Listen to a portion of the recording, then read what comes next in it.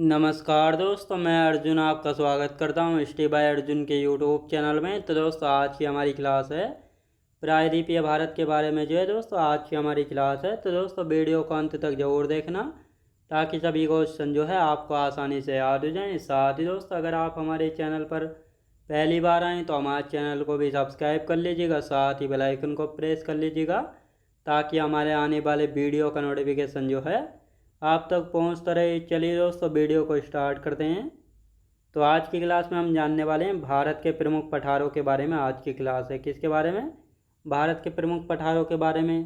तो 2 मिनट जो है कल की क्लास का हम रिवीजन करेंगे ताकि कल का भी आपको अच्छे से जो है याद होता रहे। तो कल की क्लास में हमने बात की थी छोटा नागपुर पठार के बारे में, साथ ही बघेलखंड का पठार, और इसके बाद दोस्तों बुंदेलखंड का पठार, दंडकारण्य पठार। तो इन सभी के बारे में हमने बात की थी।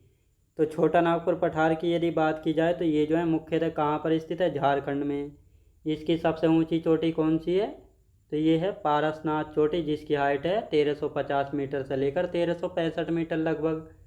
साथ ही पारसनाथ चोटी को सम्मेद शिखर के नाम से भी जाना जाता है, जो कि झारखंड के गिरिडीह जिले में स्थित है। तो ये आपको अच्छे से याद रखना है। और ये जो है सम्मेद शिखर जैन समुदाय का तीर्थ स्थल जो है माना जाता है। तो ये आपको अच्छे से यहाँ पे याद रखना है। और इसके बाद हमने जाना था छोटा नागपुर पठार की यदि बात की जाए तो इसके बीचों बीच से जो है दामोदर नदी बहती है, जिसकी घाटियों में कोयले के भंडार पाए जाते हैं। और दामोदर नदी के उत्तर में जो है कोडरमा का पठार और हजारीबाग का पठार। दक्षिण की बात करेंगे तो दक्षिण में रांची का पठार है, जहाँ से स्वर्णरेखा नदी का उद्गम होता है। और साथ ही यहाँ से क्या क्या निकाला जाता है? लो अयस्क निकलता है, अभ्रक निकलता है। तो ये आपको अच्छे से यहाँ पे याद रखना है। और गोल्ड जो है नहीं निकलता है। अब इसके बारे में तो हमने कल की क्लास में अच्छे से पढ़ा था। अब आज की क्लास में हम जानेंगे दक्कन के पठार के बारे में। तो यहाँ पे आप सब लोग हेडिंग डाल लेंगे दोस्तों, दक्कन का पठार कहाँ है? ये रहा देखो, दक्कन का पठार भारत का जो है सबसे बड़ा प्राचीनतम और त्रिभुजाकार प्रायद्वीपीय पठार है। तो ये आपको याद रखना है कि भारत का जो है सबसे बड़ा और प्राचीनतम व त्रिभुजाकार पठार कौन सा है? तो ये दक्कन का पठार है। तो ये आपको अच्छे से यहाँ पे याद रखना है। और जो ये दक्कन का पठार है, इसका विस्तार जो है लगभग 5 लाख वर्ग किलोमीटर क्षेत्रफल में फैला हुआ है। जो ये दक्कन का पठार है, ये जो है लगभग 5 लाख वर्ग किलोमीटर क्षेत्रफल में फैला हुआ है। तो ये आपको अच्छे से यहाँ पे याद रखना है। और साथ ही नर्मदा नदी के दक्षिण में स्थित है। तो नर्मदा नदी कहाँ पर बहती है? तो ये आप सभी को पता है, ये जो है अमरकंटक चोटी से निकलती है और ये जो है सतपुड़ा पर्वत के उत्तर में बहती है। और ये अपना जल कहाँ पे गिराती है? खंबात की खाड़ी में गिराती है। तो इसी नर्मदा नदी के दक्षिण में पड़ता है दक्कन का पठार। तो ये आपको अच्छे से यहाँ पे याद रखना है। दक्कन का पठार पश्चिम में ऊंचा है और इसकी ढलान मंद रूप से पूर्व की ओर है। तो जो दक्कन का पठार है, ये जो है पश्चिम में ऊंचा है और पूर्व की तरफ इसका ढलान है। तो ये आपको अच्छे से यहाँ पे याद रखना है। तो ये दक्कन का पठार आपको समझ आया होगा, भारत का जो है सबसे बड़ा और प्राचीनतम व त्रिभुजाकार प्रायद्वीपीय पठार है। 5 लाख वर्ग किलोमीटर क्षेत्रफल में फैला हुआ है। और ये नर्मदा नदी के दक्षिण में स्थित है, पश्चिम में ऊंचा है और इसका पूर्व की ओर ढलान है। तो ये आपको याद रखना है। अब यहाँ पे हम बात करेंगे, जो ये दक्कन का पठार है, ये जो है बैसाल चट्टानों से बना हुआ है, जिस कारण यहाँ काली मिट्टी अधिक पाई जाती है। जो दक्कन का पठार है, ये जो है काली बैसाल्ट चट्टानों से बना हुआ है, इसी कारण यहाँ पे काली मिट्टी जो है अधिक पाई जाती है, जो कि कपास की खेती के लिए अच्छी मानी जाती है। तो जो काली मिट्टी है, ये कपास की खेती के लिए अच्छी मानी जाती है। तो ये आपको अच्छे से यहाँ पे याद रखना है। अब यहाँ पे हम बात करेंगे दोस्तों मालवा पठार के बारे में। तो मालवा पठार की हम बात करते हैं। भारत के मध्य पश्चिम में स्थित है। जो मालवा का पठार है, भारत के मध्य पश्चिम में स्थित है, मतलब भारत के मध्य और पश्चिम में स्थित पड़ता है। तो ये आपको याद रखना है। यह पठार अरावली और विंध्याचल पर्वतमाला के बीच में स्थित है।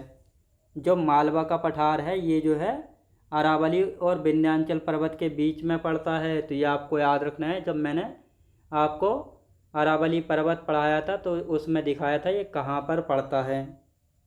तो ये मालवा का पठार हुआ। दक्कन का पठार भी आपको अच्छे से समझ आया होगा। अब आते हैं दोस्तों मारवाड़ का पठार।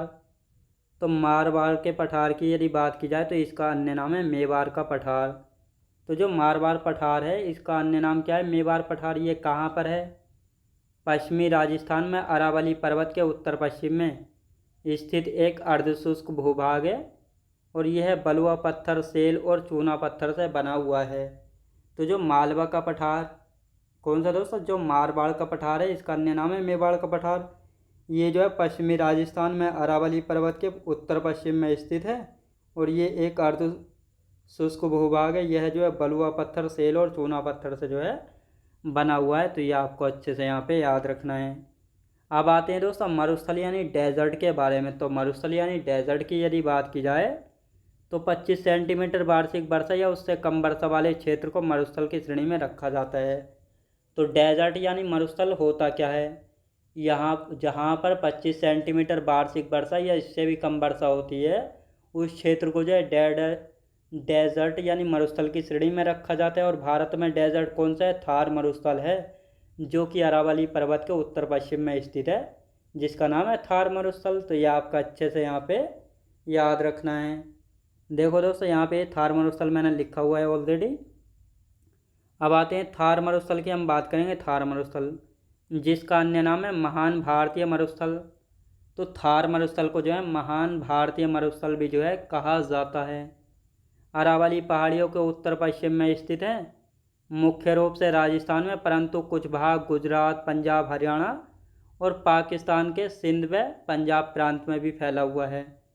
तो ये आपको याद रखना है। जो थार मरुस्थल है इसका सबसे ज़्यादा जो भाग है राजस्थान में, लेकिन कुछ भाग गुजरात में, हरियाणा में और पंजाब में, और साथ ही पाकिस्तान के सिंध और पंजाब प्रांत में भी फैला हुआ है। तो ये आपको अच्छे से यहाँ पे याद रखना है।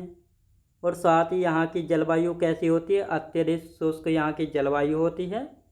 यह एक रेतीला मैदान होता है और यहाँ पर लूनी नदी एवं इसकी सहायक नदियाँ बहती हैं। तो ये क्वेश्चन भी पूछा जाता है, थार मरुस्थल की मुख्य नदी कौन सी है? तो लूनी नदी है। तो ये आपको याद रखना। और साथ ही लूनी नदी जो एक अंतर्वाही नदी है। मतलब अंतर्वाही नदी का मतलब होता है जो कि अंतिम रूप से अपना जल किसी भी समुद्र या सागर में नहीं गिराती है, बल्कि गुजरात में स्थित कच्छ के रन में अपना जल जो है गिराती है। तो ये आपको अच्छे से याद रखना है। तो ये थार मरुस्थल आपको समझ में आया होगा, जिसका अन्य नाम महान भारतीय मरुस्थल है। अरावली पहाड़ियों के उत्तर पश्चिम में स्थित है। मुख्य रूप से इसका विस्तार राजस्थान में है, परंतु कुछ भाग गुजरात, हरियाणा, पंजाब और पाकिस्तान के सिंध प्रांत व पंजाब में भी फैला हुआ है। जलवायु यहाँ की अत्यधिक शुष्क होती है और ये एक रेतीला मैदान है और यहाँ पे एक लूनी नदी मुख्य रूप से बहती है। तो ये थार मरुस्थल हुआ। अब आते हैं दोस्तों सफ़ेद मरुस्थल के बारे में यानी वाइट डेजर्ट। गुजरात के कच्छ में स्थित ग्रेट रण ऑफ कच्छ को जो है कहा जाता है। तो जो गुजरात के कच्छ में स्थित है ग्रेट रण ऑफ कच्छ, इसको जो है सफ़ेद मरुस्थल कहा जाता है। शीत मरुस्थल किसे कहा जाता है? लद्दाख को कहा जाता है शीत मरुस्थल। तो ये क्वेश्चन पूछा गया है कि शीत मरुस्थल किसे कहा जाता है? लद्दाख को जो है शीत मरुस्थल कहा जाता है। तो ये आपको अच्छे से यहाँ पे याद रखना है। तो ये तो था दोस्तों हमारा प्रायद्वीपीय पठारों के बारे में, यानी प्लेट्यू हमारे हो चुके हैं समाप्त। अब यहाँ पे एक नया टॉपिक है छोटा सा, जिसमें नदी अफवाह पैटर्न के प्रमुख प्रकार, यानी नदी जो है कितने प्रकार के पैटर्न यानी अफवाह बनाती हैं, किस प्रकार की जो है बहती हैं। जैसे वृक्षीय पैटर्न, ये है दोस्तों डेंट्रिट पैटर्न के बारे में हम बात करने वाले हैं। तो यह है पेड़ की शाखाओं जैसा जो है दिखता है और समतल में एक समान चट्टानों वाले क्षेत्रों में बनता है। जो वृक्षीय पैटर्न है यह है पेड़ की शाखाओं जैसा दिखता है और समतल में एक समान चट्टानों वाले क्षेत्रों में बनता है। अब जैसे गंगा और सिंधु नदी जो है कैसा पैटर्न बनाती है? तो ये वृक्षीय पैटर्न बनाती है, यानी गंगा की जो सहायक नदी हैं ये इस प्रकार का पैटर्न बनाती हैं। तो ये आपको अच्छे से यहाँ पे याद रखना है। अब आते हैं दोस्तों एरिया पैटर्न के बारे में। रेडियल पैटर्न, तो ये है दोस्तों रेडियल पैटर्न। तो यहाँ पे हम बात करेंगे जब नदियाँ किसी केंद्रीय गुंबद या पर्वत जैसे अमरकंटक चोटी से निकलती हैं और सभी दिशाओं में बहती हैं। तो दोस्तों जब नदियाँ जो हैं किसी ऊंचे पर्वत से निकलती हैं तो सभी दिशाओं में जो है बहती हैं, तो उसको एरिया पैटर्न यानी रेडियल पैटर्न जो है कहा जाता है। जैसे अमरकंटक चोटी से नदियाँ निकलती हैं, नर्मदा है, सोन है, महानदी है, तो ये जो है चारों दिशाओं में बहती हैं। तो ये आपको अच्छे से यहाँ पे याद रखना है। अब यहाँ पे हम बात करेंगे जालीदार पैटर्न के बारे में। तो जालीदार पैटर्न की यदि बात की जाए तो इसमें सहायक नदी मुख्य रूप से लगभग समकोण यानी 90 डिग्री पर जो है मिलती हैं, जैसे हिमालयी नदियाँ। तो देखो दोस्तों, इसमें जालीदार पैटर्न की यदि बात की जाए तो कौन सा है जालीदार पैटर्न, ये आपको अच्छे से यहाँ पे याद रखना है। तो ये है दोस्तों, इस प्रकार जो है बहते पैरेलल याद रखेंगे, इस प्रकार जो है बहती हैं। अब यहाँ पे हम बात करेंगे, ये समानांतर पैटर्न है। तो तीव्र ढलान वाले क्षेत्रों में जो है नदियाँ एक दूसरे के समानांतर बहती हैं, और पश्चिमी घाट से निकलने वाली सभी नदियाँ कैसी हैं, समानांतर पैटर्न बनाती है। देखो ये है दोस्तों पैरेलल, और ये है ट्रैवलिंग, जो कि जिसमें जालीदार पैटर्न जो है बनाती हैं। तो ये आपको अच्छे से यहाँ पे याद रखना है। अब आते हैं आयताकार पैटर्न के बारे में। तो यह है दरार या भ्रंश वाले चट्टानी क्षेत्रों में विकसित होता है, जैसे विंध्याचल पर्वत श्रृंखला से निकलने वाली नदियाँ चंबल, बेतवा, कैन। तो ये आपको अच्छे से यहाँ पे याद रखना है। तो ये कुछ पैटर्न थे। अब कल की क्लास में हम नदी तंत्र के बारे में जानेंगे कि हिमालयी नदियाँ कौन सी हैं, प्रायद्वीपीय नदियाँ कौन सी हैं, इन सभी के बारे में कल की क्लास में हम अच्छे से जानेंगे। तो आज की क्लास हमारी यहीं तक रहेगी। तो मैं उम्मीद करता हूँ आपको वीडियो क्वालिटी, कंटेंट वगैरह सभी कुछ आपको पसंद आया होगा। पसंद आया तो लाइक, शेयर और सब्सक्राइब करना बिल्कुल भी ना भूलें। साथ ही दोस्त, अगर आप हमारे चैनल पर पहली बार आएँ तो हमारे चैनल को भी सब्सक्राइब कर लीजिएगा, साथ ही बेल आइकन को प्रेस कर लीजिएगा, ताकि हमारे आने वाले वीडियो का नोटिफिकेशन आप तक पहुँचता रहे। चलिए दोस्तों, मिलते हैं नेक्स्ट वीडियोज़ में।